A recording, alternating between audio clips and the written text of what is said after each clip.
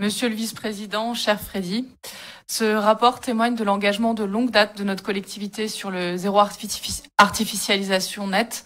Il témoigne aussi du volontarisme pour le développement de la pratique cyclable, du covoiturage et des mobilités douces, qui sont des engagements forts de notre collectivité, portés par Freddy et dont nous pouvons nous féliciter. Le groupe écologiste s'abstiendra néanmoins sur ce rapport. En effet, comme nous l'avions exprimé l'année dernière, nous continuons à penser que nous n'avons pas besoin de nouvelles routes en Loire-Atlantique. Nous restons dans l'incompréhension face à la volonté en 2024 de construire des routes alors que la crise écologique est si grave et que nous ne parvenons pas à l'enrayer. Je veux d'ailleurs exprimer une inquiétude particulière concernant le contournement de Machecou et les 35 hectares de zones humides que le projet prévoit d'impacter.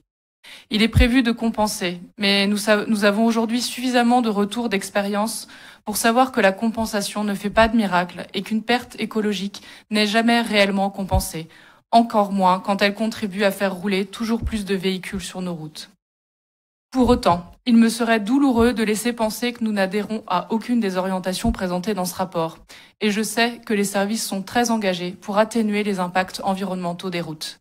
Vous me permettrez de citer quelques actions concrètes, telles que la renaturation avec une vingtaine de sites depuis 2020, le système de qualification environnementale qui permet d'identifier des zones à forts enjeux environnementaux pour y apporter un entretien différencié sur le fauchage, le curage des cours d'eau, les haies.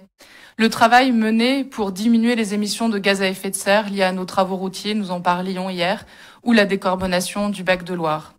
Ou encore au travail mené avec l'appui du CEREMA sur les collisions avec la faune et la restauration des continuités écologiques.